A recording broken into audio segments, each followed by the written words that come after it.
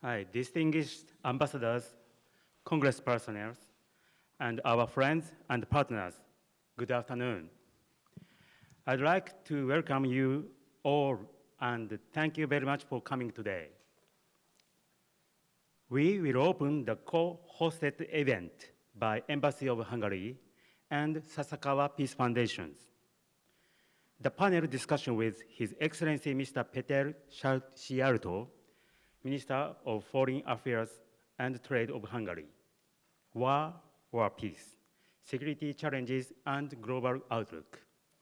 I am a master of the event, the Rear Admiral Yamamoto, Program Director of Security Studies of Sasakawa Peace Foundation.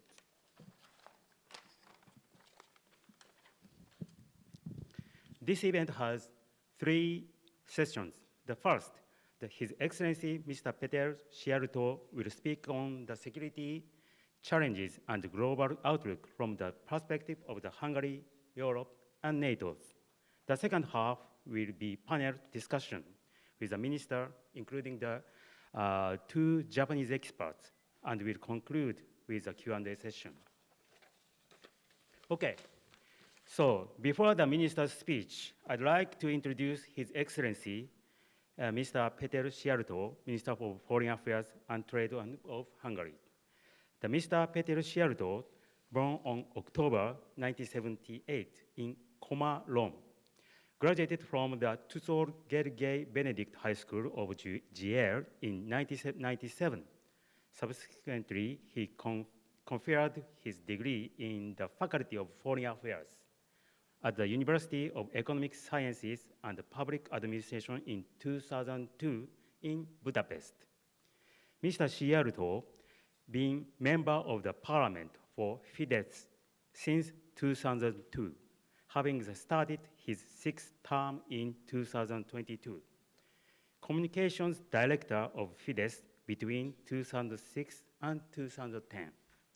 Prime Minister's spokesman between 2010 and 2012, and State Secretary for Foreign Affairs and External Economic Relations between 2012 and 2014, and Deputy Minister of Foreign Affairs and Trade between June and September 2014. Then, the Minister of Foreign Affairs and Trade of Hungary since September 2014. His Excellency Mr. Szijjártó is a practicing Roman Catholic married with 2 sons. He was a registered futsal player, having played 2 games in first leagues and 85 in second leagues between 2011 and 2016. Okay, then I'd like to welcome our speaker to the stage. Your Excellency, please come to the podium. Please, sir.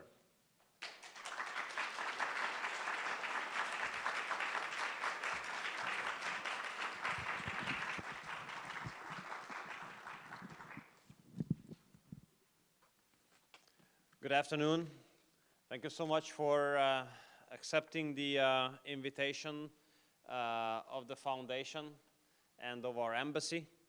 We are really grateful for you and to all the colleagues who have been working on this event to make it possible for us to highlight the position of Hungary on maybe the most important matter which is on our agenda currently.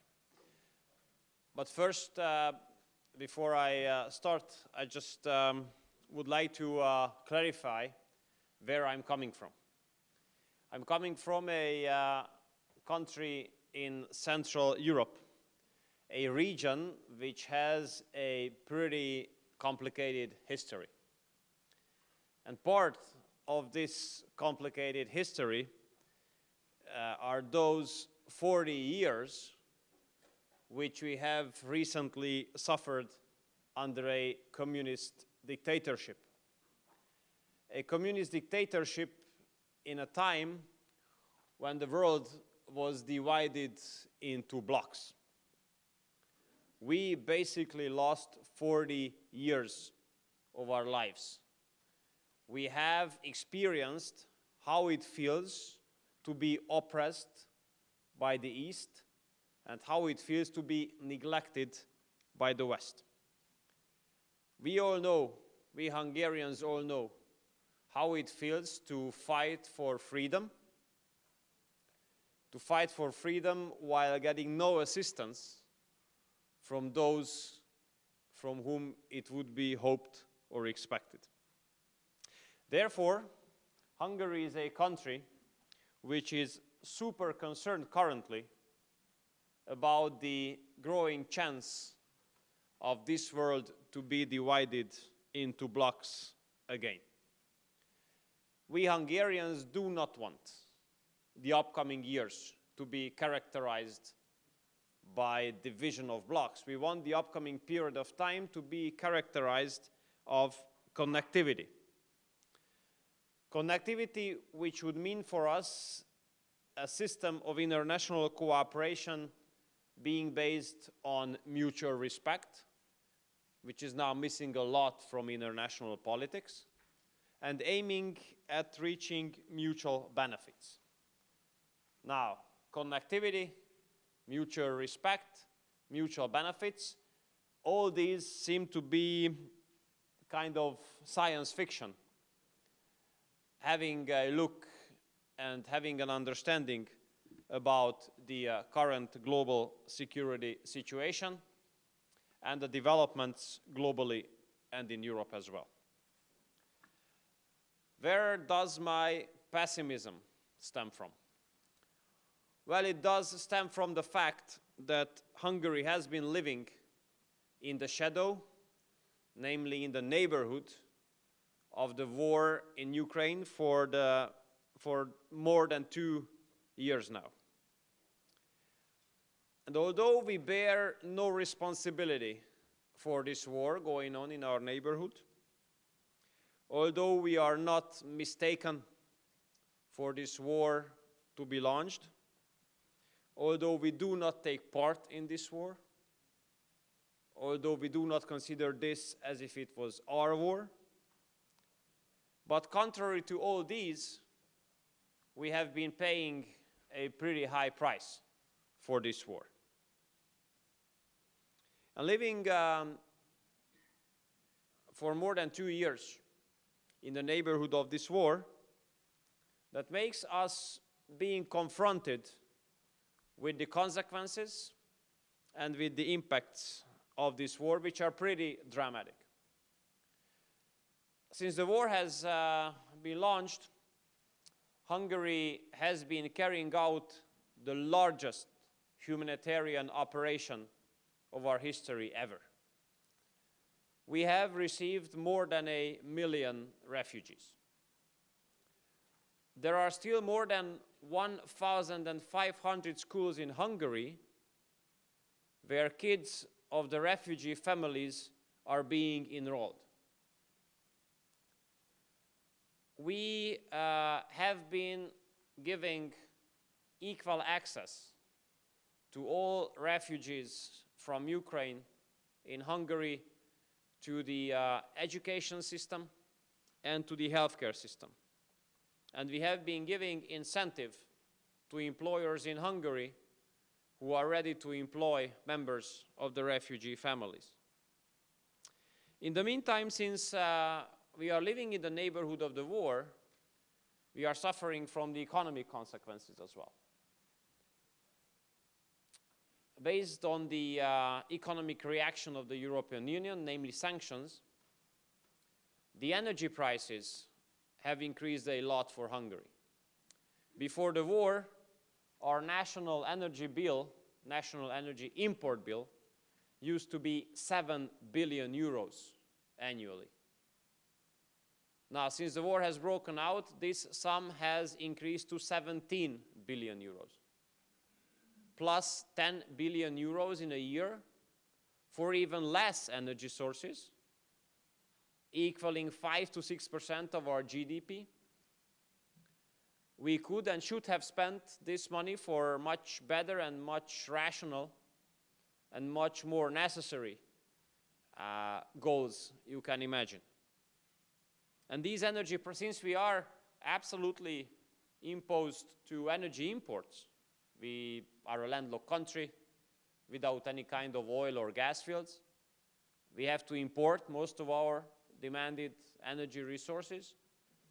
And based on this huge price increase, our inflation rate, which normally floats between 1 or 2%, has been skyrocketing to 27%. 27% in our history, in our recent history, is pretty much without any kind of example. And last year, the entire last year, had to be sacrificed for the fight against inflation, with which we could come back to somewhere between 3.5% to 4%. But it really needed a lot of economic sacrifice.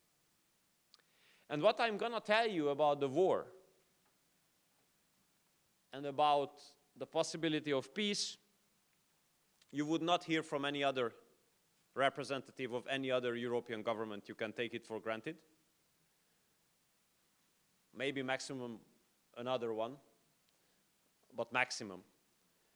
And what you're going to hear from me here now does absolutely belong to a tiny minority of the European governments and European politicians.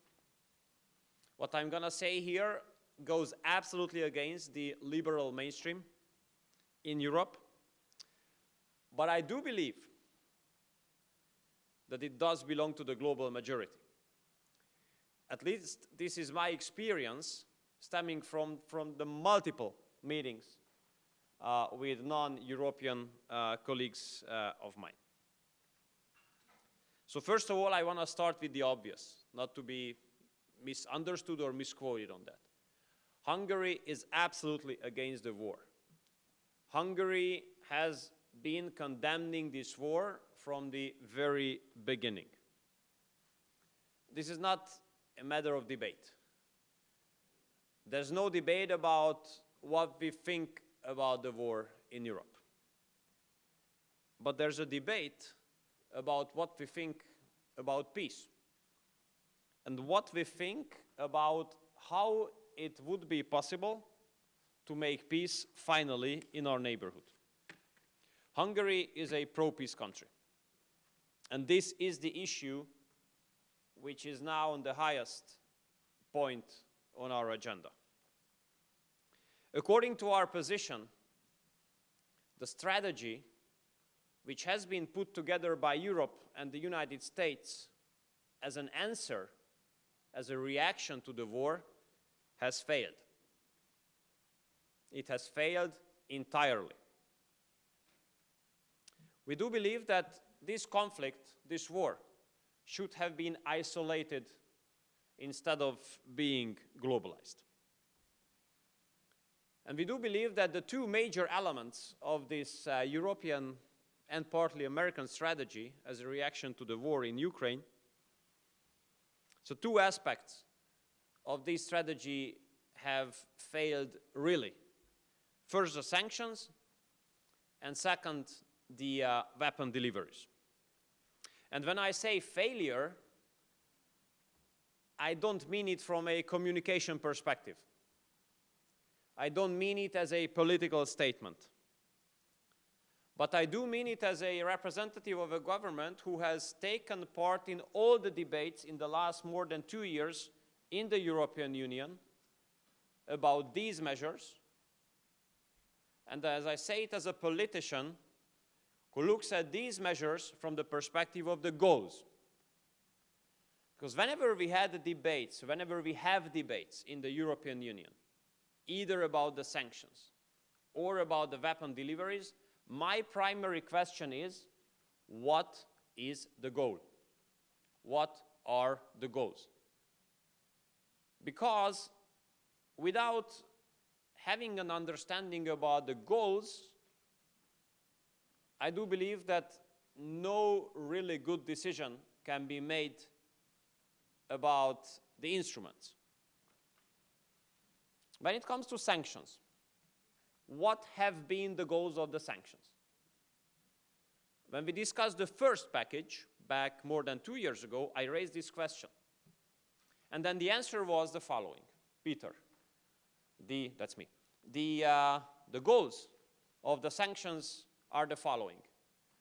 Push Russia on its knees, economically speaking, and then come closer to the conclusion of this war. This happened more than 2 years ago. More than 2 years have passed.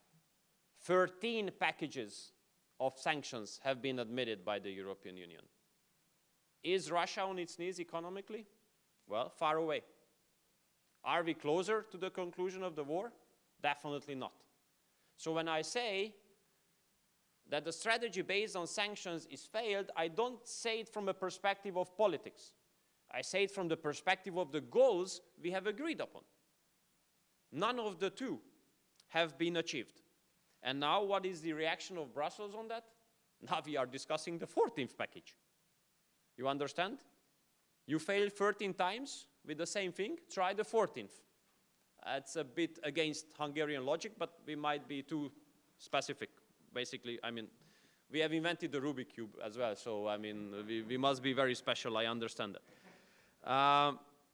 And on the other hand, I have to tell you that the European economy has been hard hit by the sanctions. And there's a big hypocrisy around that. Western European countries are super proud, at least they say it super proudly, that they got rid of the Russian energy sources as an outcome of this situation. Unfortunately, this is not true. Look at the reality. Russia had 0.5% share of Indian oil imports before the war, 0.5%. Now Russia's share in Indian oil imports is 35%, 70 times more, 35%. Europe was not among the customers of the Indian oil before the war. Now Europe is the #1 customer of the Indian oil. You understand? Indian oil. And since it's not us Central Europeans who are buying it, but Europe buys it, my suspicion is that it is those who are proud about getting rid of Russian oil, buying the same oil through India, but much more expensively.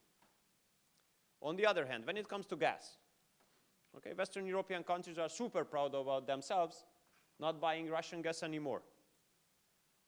But what we see to the contrary, that there's a huge amount of Russian gas arriving to the Western European LNG ports.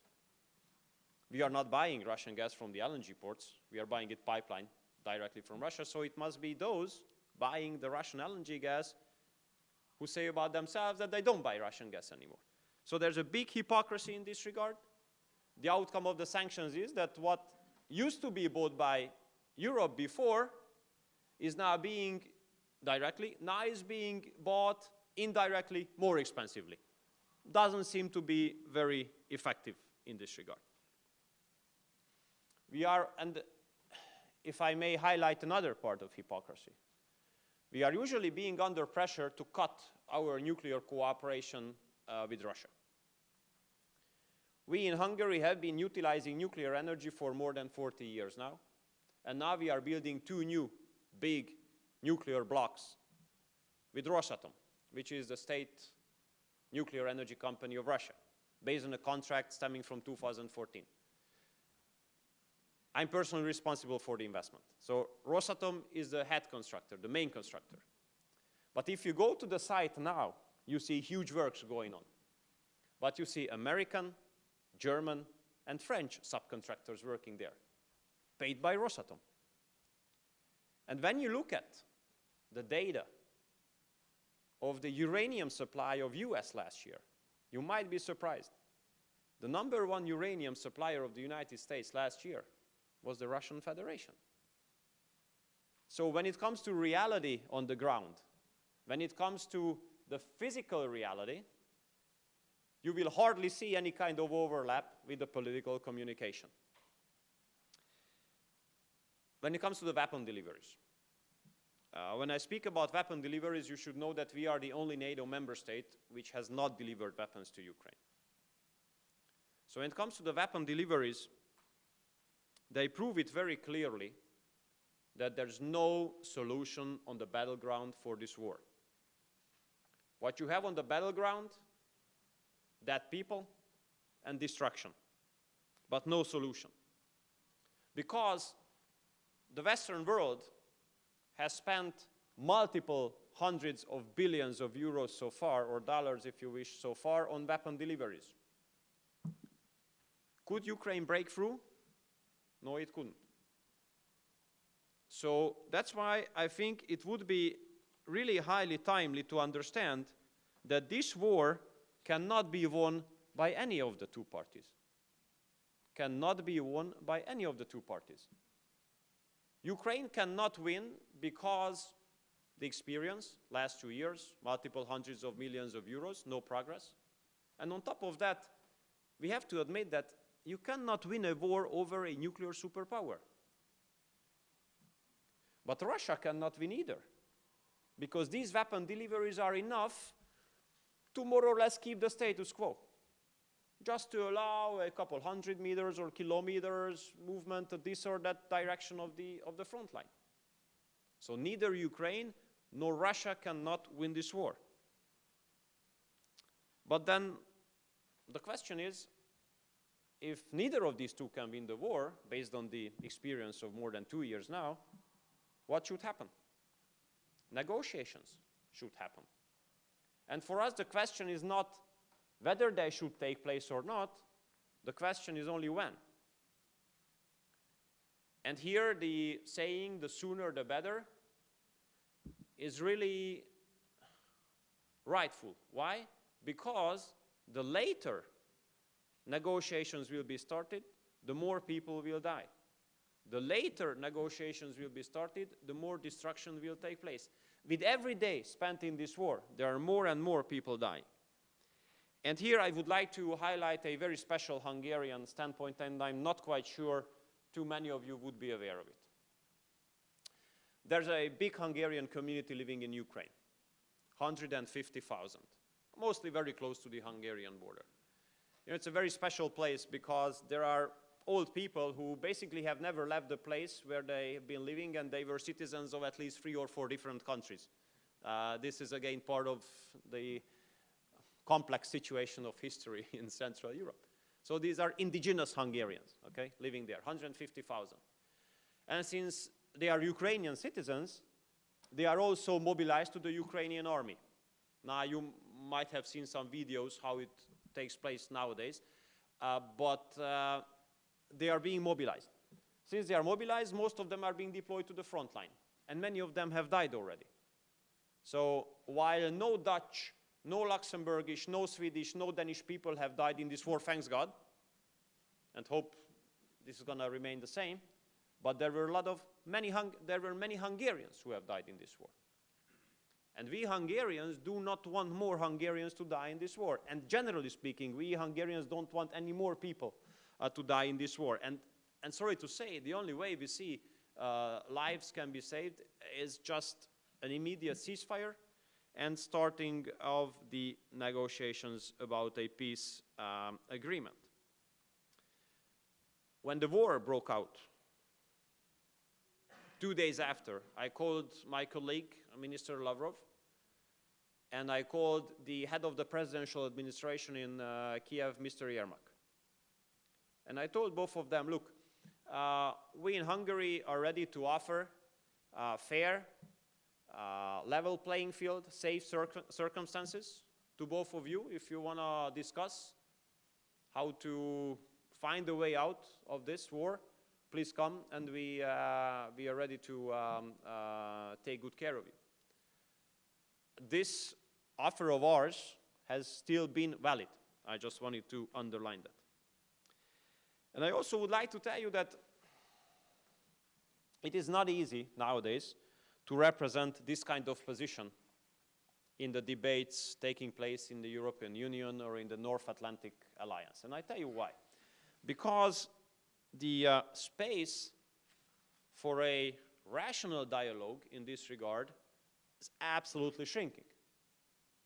So whenever myself or the Prime Minister ask for, some rational approach or an analysis of the impacts of our decisions so far, the reactions are usually very stigmatizing. So I can pick either of being a propagandist of Kremlin, spy of the Russians, friend of Putin, now sometimes Trump. So, you know, these are the reactions. So no real possibility of a rational kind of dialogue on this matter. And you might have seen that a really serious attack,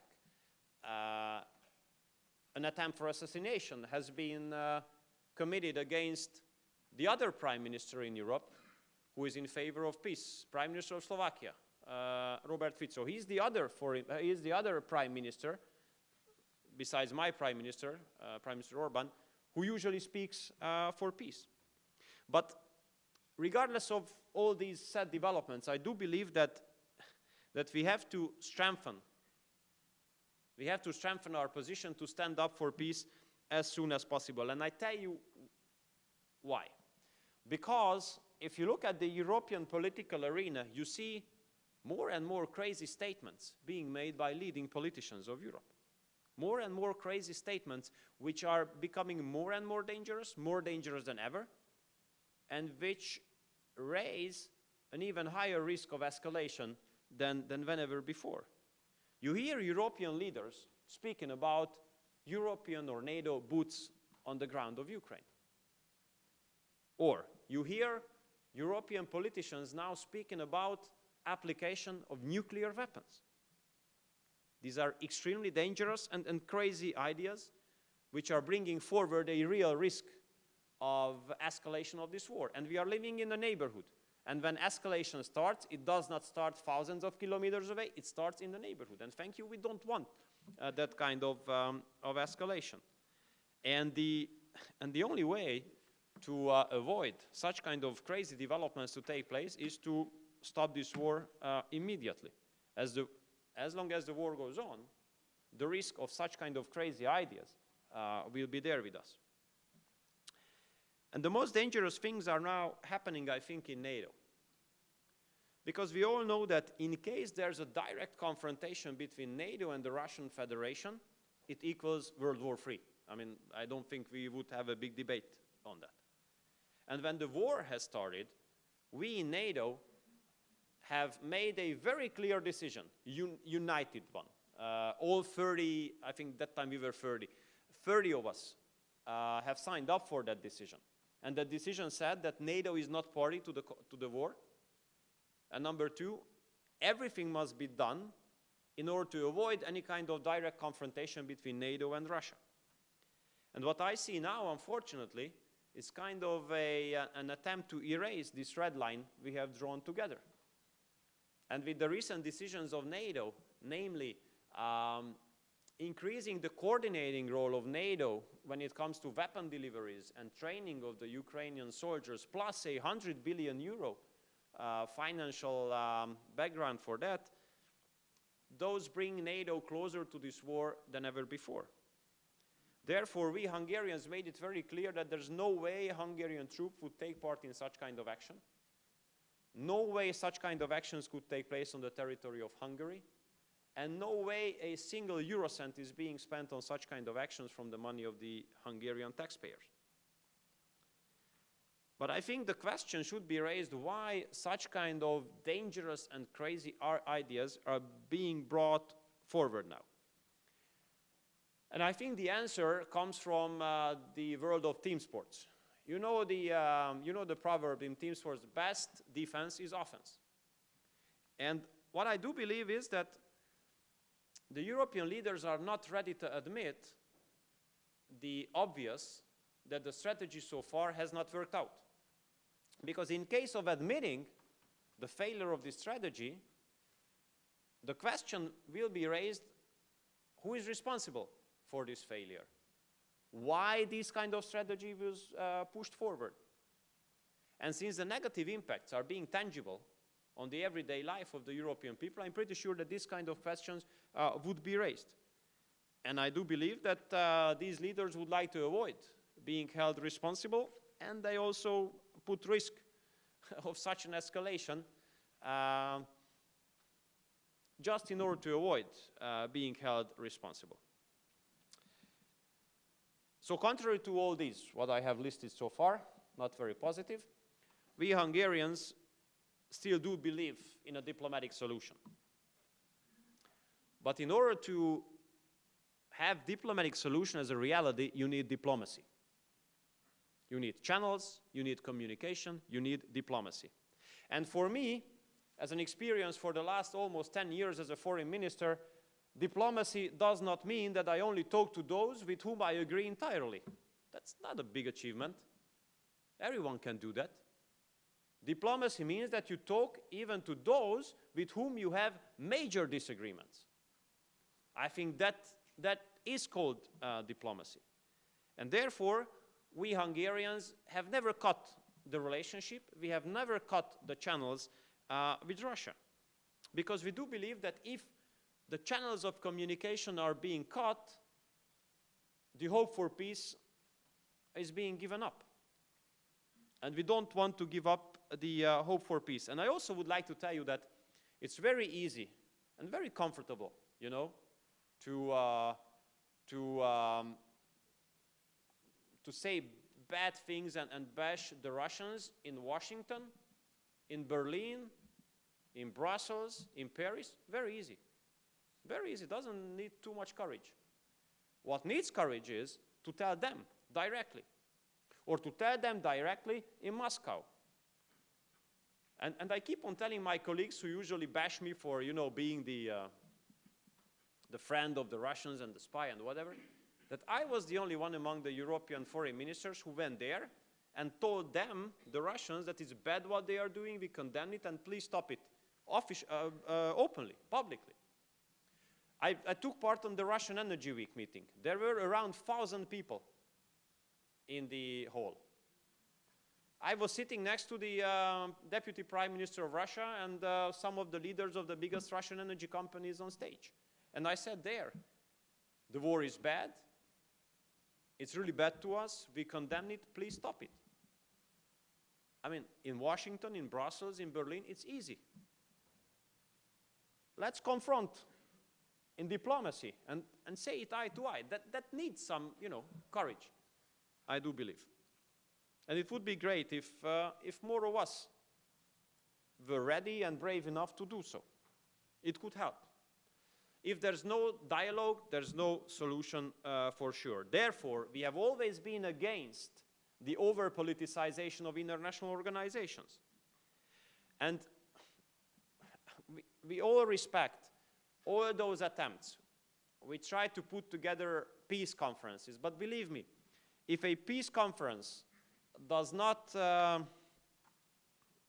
contain both parties, does not invite both parties of the war, it can be a nice declaration of our desire for peace, but it will not be a forward progress.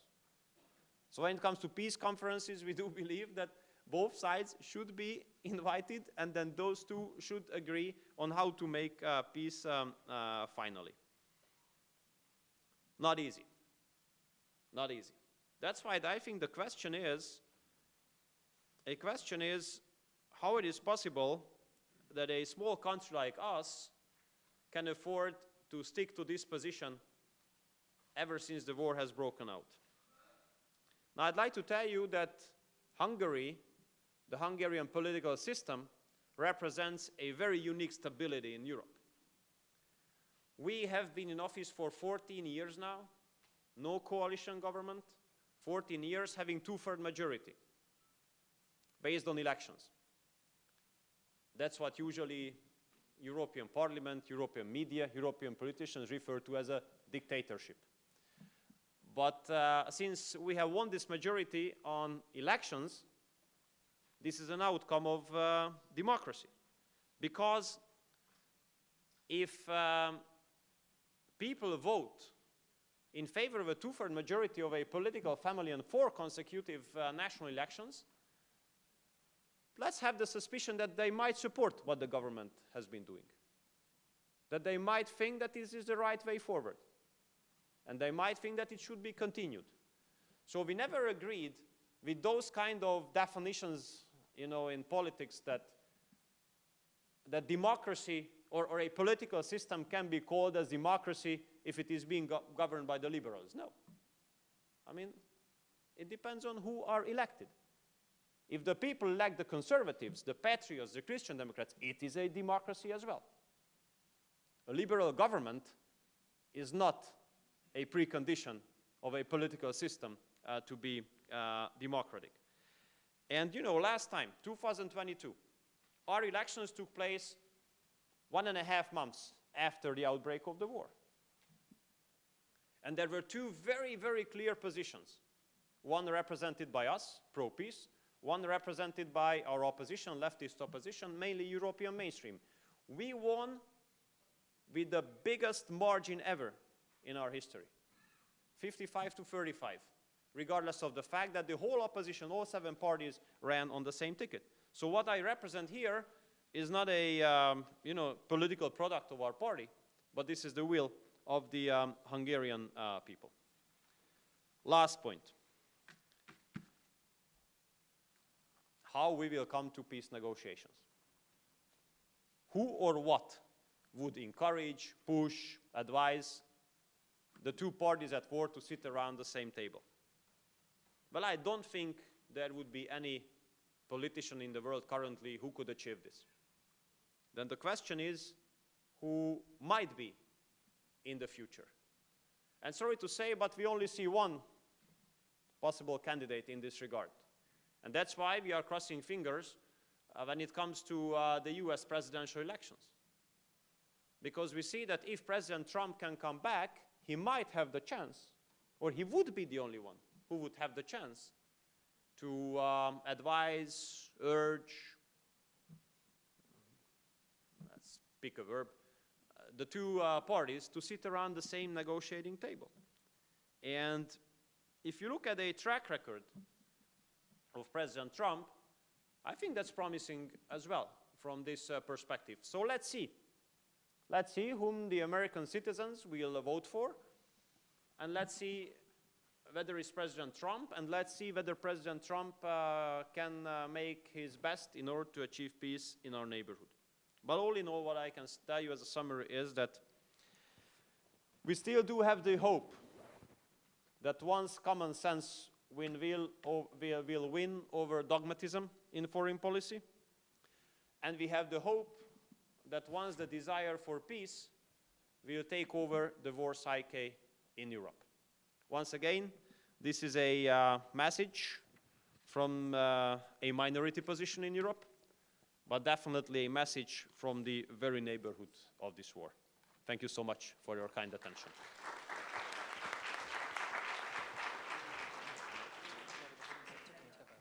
Okay. Yeah? Okay. Thank you. Panel discussion. So I will introduce the very famous Japanese expert, the Professor Yoko Iwama-san of the National Graduate Institute for Policy Studies and the Senior Fellow Tsuneo Watanabe of the Sasakawa Peace Foundation. Please.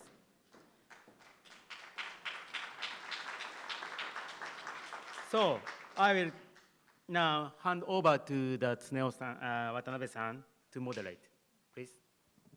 Thank you very much. I'm Nabe Watanabe, Senior Fellow, SPF, and the Mr. Szijjártó. Thank you very much. Very, very, I think, a candid, honest, and pure strategic analysis on what's going on in Ukraine.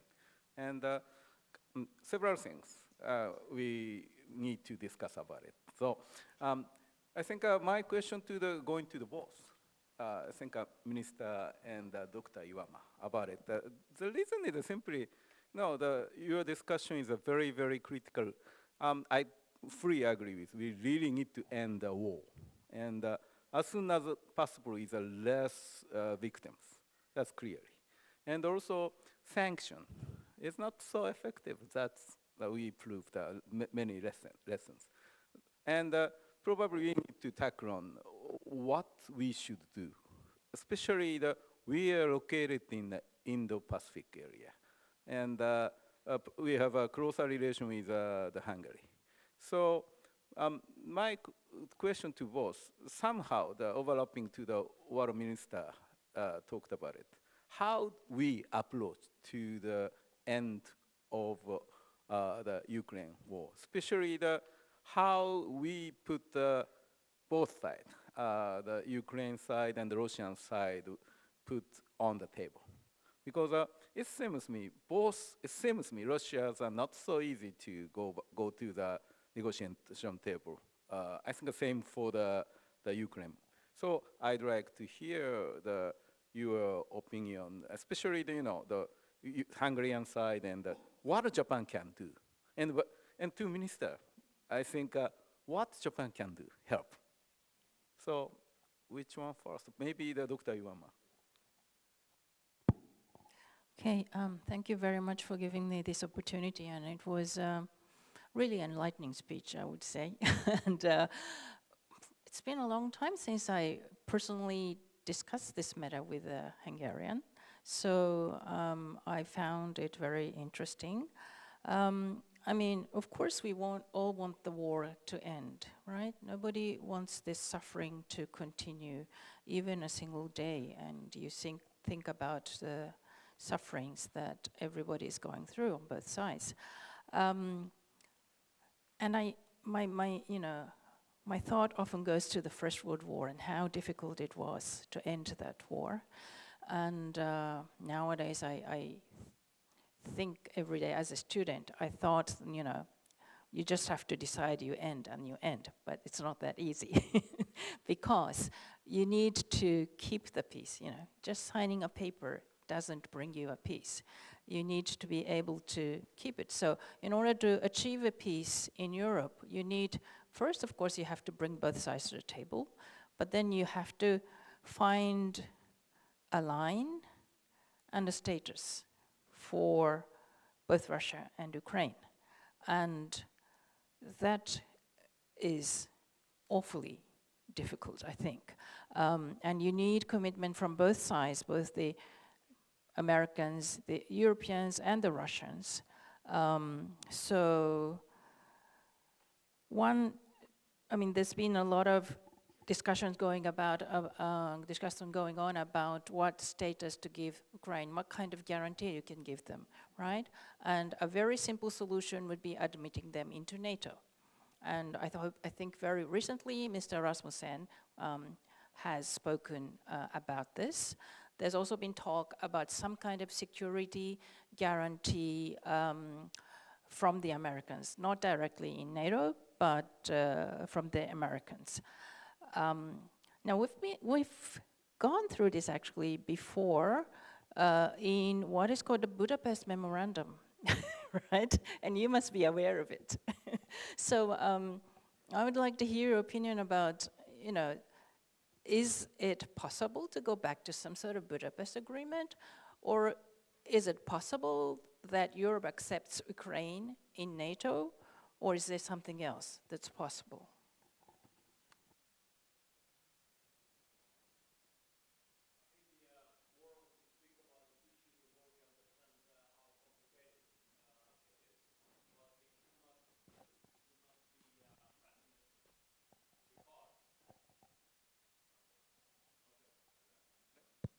I'm an economist, not a technician, sorry about that.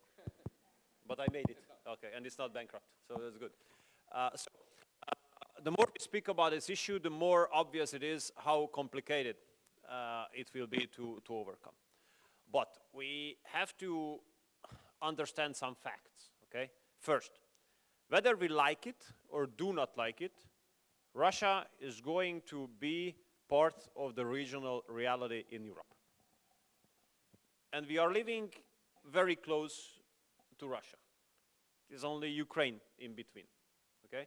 So unlike others who are living an ocean away or thousands of kilometers away, we cannot give up to understand, we cannot stop to understand that Russia is a regional reality. And regardless what we wish or do not wish, with Russia we have to count in the future security architecture of Europe.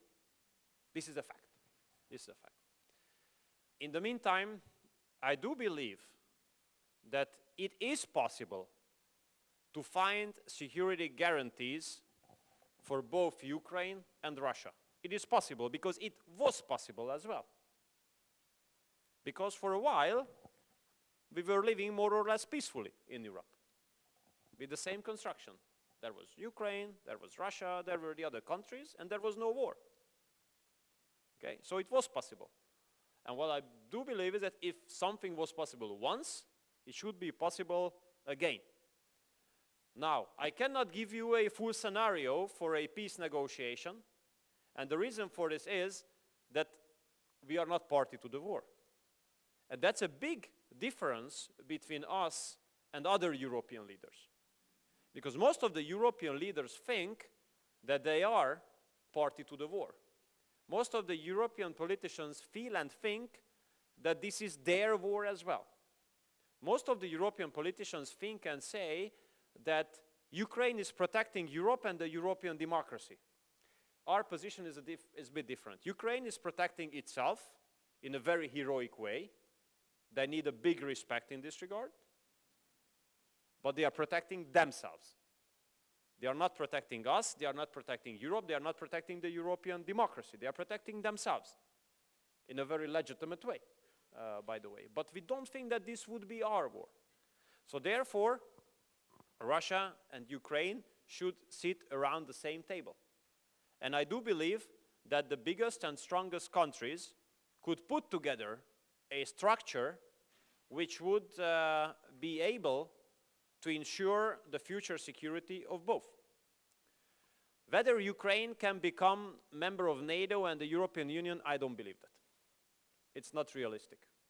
It's not realistic because I think it's simply impossible in the foreseeable future to build a consensus around the accession of Ukraine in both organizations, in NATO and in European Union as well. And I do believe that it's not without a good reason that even the loudest countries in this regard have not put on the agenda the invitation of Ukraine to NATO. It must have a reason, and I think that's a good reason for that. So, ceasefire immediately, peace talks, and then let's see the scenario through which security guarantees can be given to both. But in order to be able to speak about security guarantees at all, a safe future of Europe at all, the precondition is that the ceasefire should take place immediately. Because as long as the war is going on, it simply doesn't make sense to speak about safe and secure Europe, unfortunately. Could I just ask, I mean, I understand the point of view of you having concerns about Ukraine in NATO. Why are you against Ukraine in Europe, EU? European Union. Yes. Yeah. Well, it's not only that Ukraine is unprepared for the membership in the European Union. What is even more serious is that the European Union is absolutely not prepared to have Ukraine among its member states. And I'll tell you why. Just two very small examples, okay, and then you will understand. We made two very small decisions of small significance in the European Union regarding Ukraine, regarding their partnership to the European Union, and they had huge impacts immediately, which were absolutely not managed. First, we have agreed that Ukraine can deliver its grain through Europe, ports and harbors, from where that grain could be delivered to places where this grain is being needed, Middle East, Africa. Now what happened? They brought the grain and they sold it in Europe. You know, in a way that totally destructed the business model of the farmers and the agricultural markets of our countries. Totally destructed. You've seen the rallies, you've seen the demonstrations. Those were not without reason. Those were made by people who have felt the impacts on their everyday life. Or a second, very small decision. European Union has allowed the Ukrainian transportation companies to come to Europe without permissions. Okay, what happened? The Polish farmers and truck drivers have blocked the entire Polish-Ukrainian border, because they would have been bankrupt, you know, with the Ukrainian logistic companies being allowed to the European market without permission. What happened? We have a border with Ukraine, which is 1/5 of the length of the Polish-Ukrainian border. All traffic is being concentrated there. You know what is the waiting time for a Ukrainian truck now to come to Europe? 16 days. Not 16 hours, 16 days, okay, at the external border of the European Union. And these just two very small decisions from the perspective of practicality, where European Union had no clue about how to manage such a situation. And there are just more important and bigger issues than these two. So Ukraine, such a big country with such an agriculture, with such an economic situation, with such a state bureaucracy, with uncertain borders and uncertain population, it's impossible to speak about accession of Ukraine to European Union nowadays. Impossible. Minister, you didn't answer one thing, the advice to Japan, how to end the war in Ukraine. What Japan can do? Prime Minister Kishida said that today Ukraine would be tomorrow's in the East Asia. He's serious. Well, first of all, I respect your Prime Minister pretty much, because there was time when we worked together as foreign ministers, and as far as I remember, we had a very fair relationship, and I do hope that he remembers the same way. So Prime Minister Kishida must be right by definition, no question. What I believe is that Japan, we know Japan as a very successful country, number 4 economy of the world, obviously, a country which has gained its success based on diligence and on rationality and common sense. And you could be helpful there to bring back rationality and common sense to international politics. And you Japanese people, you are super polite. You show a lot of discipline, which we really are amazed of. So I think you could be helpful in bringing back mutual respect, mutual politeness, and mutual patience to international politics. Because you see, there's hardly any chance for a common sense-based dialogue now. You see accusation, stigmatization, criticism, interference into domestic issues, and this should be somehow overcome. And you could be instrumental in this regard. Thank you very much. We are not super rational, but at least we try to be. So it's time is the closing. So I'll give the Admiral Yamamoto for the rest of time. Thank you very much, Your Excellency and Iwama-san and Watanabe-san. Unfortunately, due to the minister's next mission, it's okay, ministers? Okay. I'm in the hands of protocol, I don't know. Thank you, sir. Okay, so I would like to open, so I'm so sorry, one question. Two. Please. Üdvözlöm, külügyminiszter. I'm sorry, I want to be blunt, as you said you have to be when you speak to the Russians. I speak some Hungarian because I worked at the American Embassy in the 1980s as the cultural attaché. You opened by saying that for 40 years, Hungary received, quote, no assistance from the West. I was one of many Western countries whose sole job was to provide assistance to Hungary. We did exchanges, book translations, Fulbright exchange, and we were only a small part of what Soros was doing, who provided a grant for your prime minister to study at the University of Oxford, and he also worked at a Soros-funded institute in Hungary. So I have other factual errors, and I just wish, I appreciate your peacemaking efforts, but I think the misinformation in the stump speech or in the talking points needs to be corrected. Thank you. Can we have one more? Yeah, one more together. So.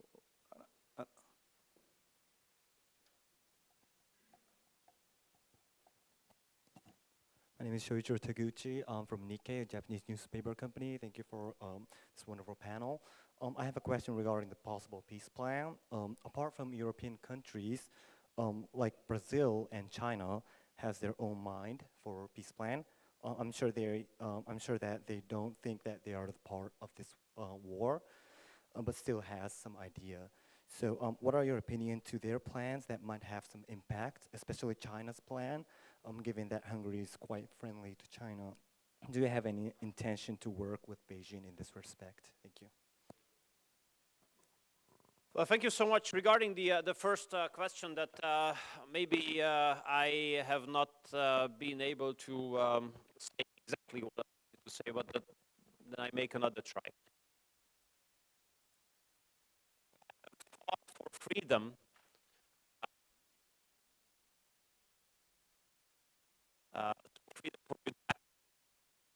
when we tried to fight against the superpower, the overpower,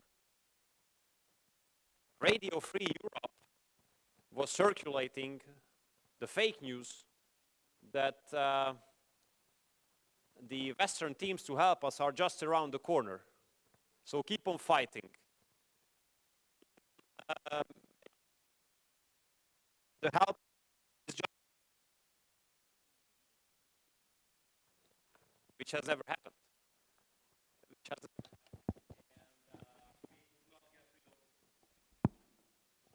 And we could not get rid of the communists at that time, only 34 years after.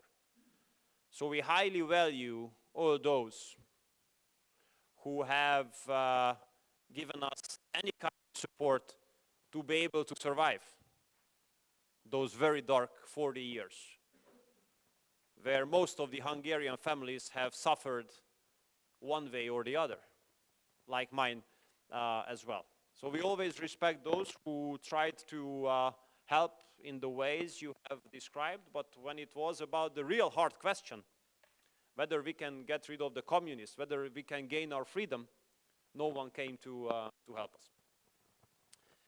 When it comes to the peace plans, we support all the peace plans. Why?